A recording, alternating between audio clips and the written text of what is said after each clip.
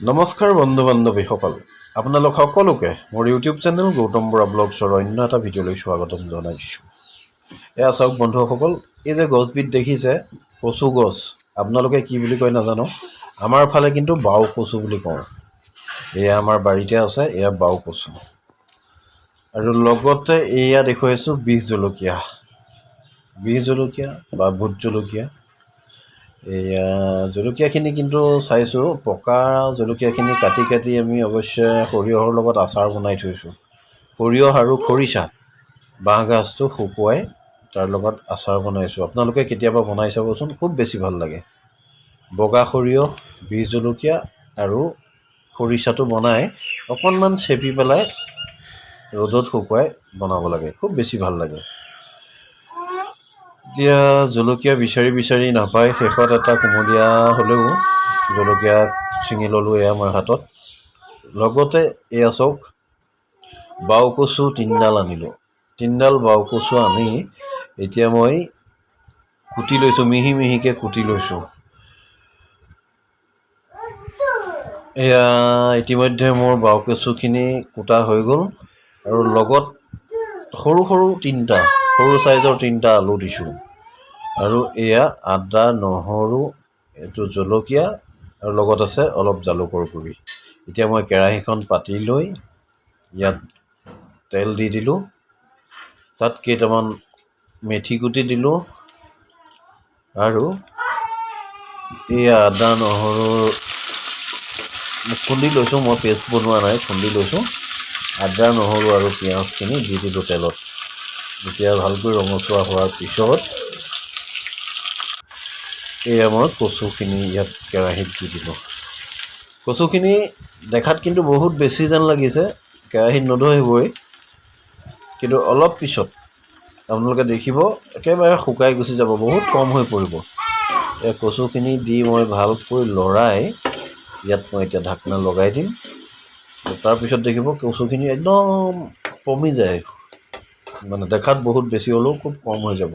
এয়া মই ধুনীয়াকৈ ঢাকনাখন লগাই দিলোঁ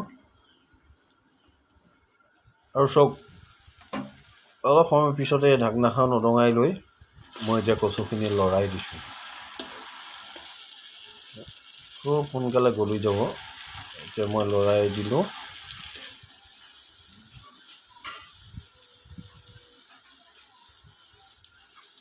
এয়া মই হালধি দিছোঁ, ইয়াত অলপ হালধি দিলোঁ আৰু লগতে সোৱাদ অনুসৰি এয়া নিমখ দিলোঁ।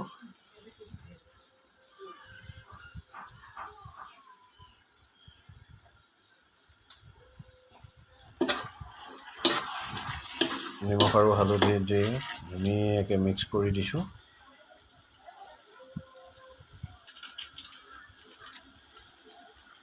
আৰু এয়া মই ছানৰাইজৰ জিৰা অলপ দি দিছোঁ, আৰু আপোনালোকে অন্য মছলাও ব্যৱহাৰ কৰিব পাৰে, মানে মিট মছলাও ব্যৱহাৰ কৰিব পাৰে, চিকেন মছলা ব্যৱহাৰ কৰিব পাৰে, ফ্লেভাৰ এটা আহে, খুব ধুনীয়া, ভাল লাগে। আৰু লগতে এয়া মই জালুকৰ গুড়িখিনি আৰু বিহ জলকীয়া সম্পূৰ্ণ এটা দিয়া নাই, এডোখৰ দিছোঁ, কাৰণ বিহ জলকীয়াটো আমাৰ ঘৰৰ বহুত বেছি জ্বলা, কুমলীয়া হ'লেও বহুত বেছি জ্বলা। মই বিহ জলকীয়া আৰু জালুকৰ গুড়িখিনি দি এতিয়া মই আকৌ ধুনীয়াকৈ ঢাকনিখন লগাই দিম।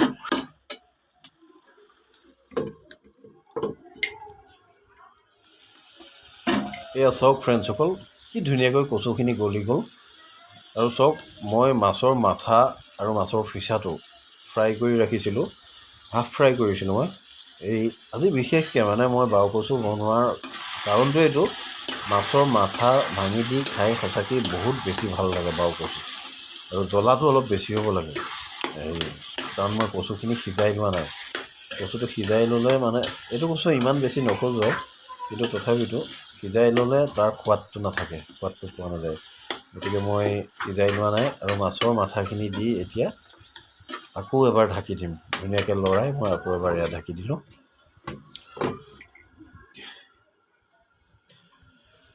এতিয়া চাওক, খুব ধুনীয়াকৈ মাছৰ মাথাখিনি মই ইয়াত ভাঙি দিলোঁ, মিক্স কৰি দিলোঁ। আৰু কচুখিনি মানে চাওক, দিওঁতে কিমান বেছি আছিলে, এতিয়া আপোনাৰ মানে সিজি কচুটো নাইকিয়া হৈ গৈছিলে।